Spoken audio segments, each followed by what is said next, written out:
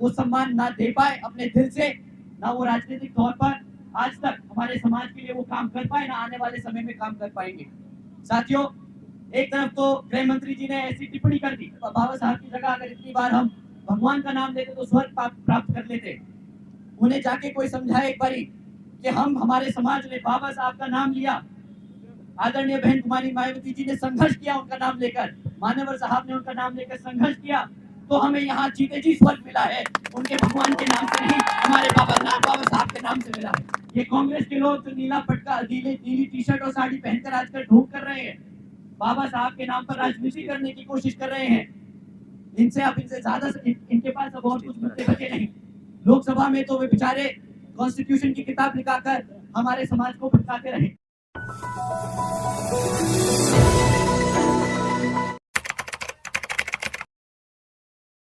नमस्कार, मैं विनय बोध और आप देख रहे हैं बहुजन दस्तक टीवी। साथियों, जैसे कि आप जानते हैं कि अमित शाह के बयान के बाद पूरे भारत देश में जो है विरोध प्रदर्शन हो चुका है और बसपा ने अपना जो आगे कदम बढ़ा दिया। और देख सकते हैं मेरे पीछे की भीड़ जो है, बस बहुजन समाज पार्टी ने अमित शाह के बयान के ऊपर पूरा जो है विरोध प्रदर्शन का ऐलान कर दिया।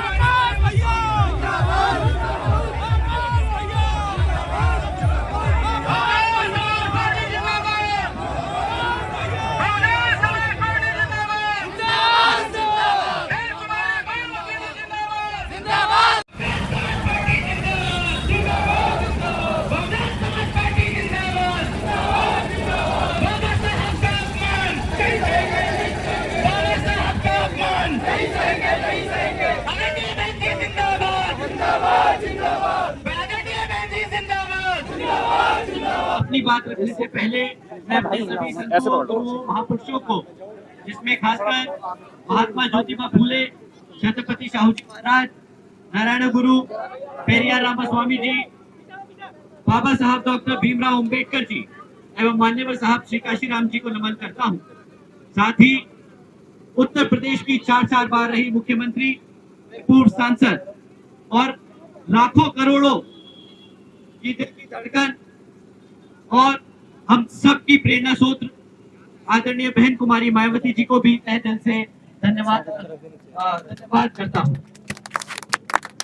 साथियों, आज आप बहन जी की एक पुकार पर आज हजारों की संख्या में यहाँ इकट्ठा हुए, और यही नहीं, दिल्ली के हर कोने में यहाँ पर हजारों की संख्या में बीएसपी के बैनर के नीचे हम सब जो आज पिछले सत्र में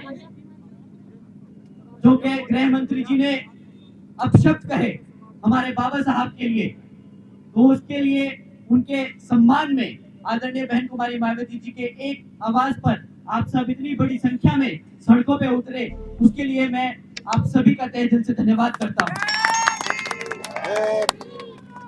साथियों, ये आप लोगों के दिल की बात, या आप लोगों के मन में जो आपके दिल को आपकी भावनाओं को जो ठेस पहुंचाए, आदरणीय गृह मंत्री जी ने ऐसी टिप्पणी कर हमारे बाबा साहब के खिलाफ, तो इससे जो गृह मंत्री जी की बातें हैं उससे बिल्कुल जायज सबको दिखता है।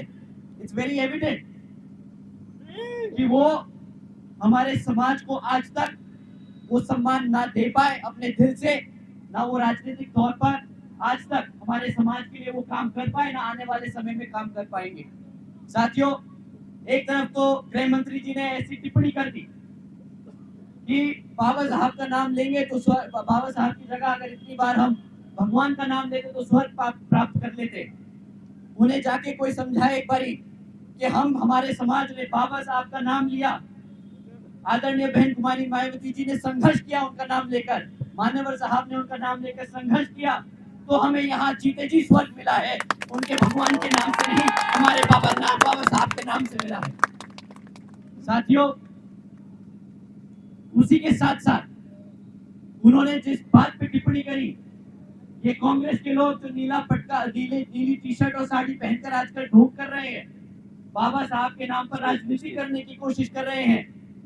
इनसे ज्यादा इनके पास अब और कुछ मुद्दे बचे नहीं। लोकसभा में तो वे बेचारे कॉन्स्टिट्यूशन की किताब लिखाकर हमारे समाज को भटकाते रहे। अब जब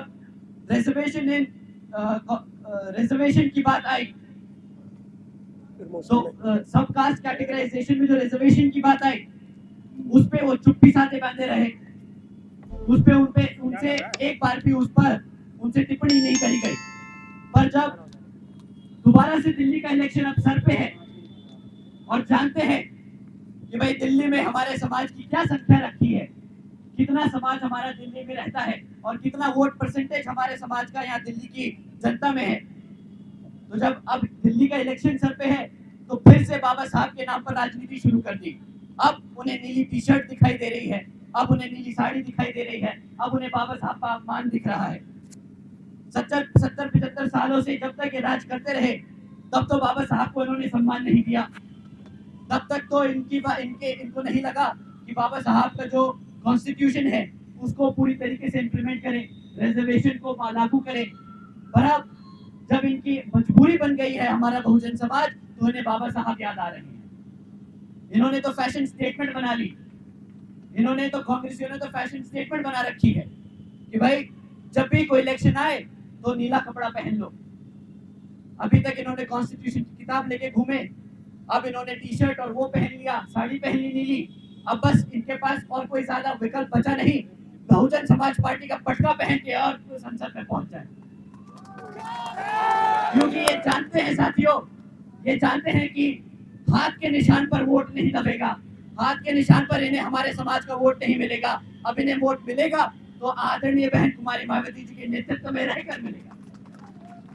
तो साथियों, मैं अपनी बात यही समक्ष में आप लोगों के बीच में रखते हुए आज का जो हम ज्ञापन डीएम के माध्यम से यहाँ पर राष्ट्रपति जी को देना चाहते हैं, तो उसमें आप सब शांतिपूर्वक और जैसा आदरणीय बहन कुमारी मायावती जी ने हमें निर्देश दिए हैं कि हम शांतिपूर्वक यहाँ पर इस मार्च पास्ट को कंडक्ट करेंगे, वहां पर हम अपना ज्ञापन देंगे और अपनी बात रखेंगे।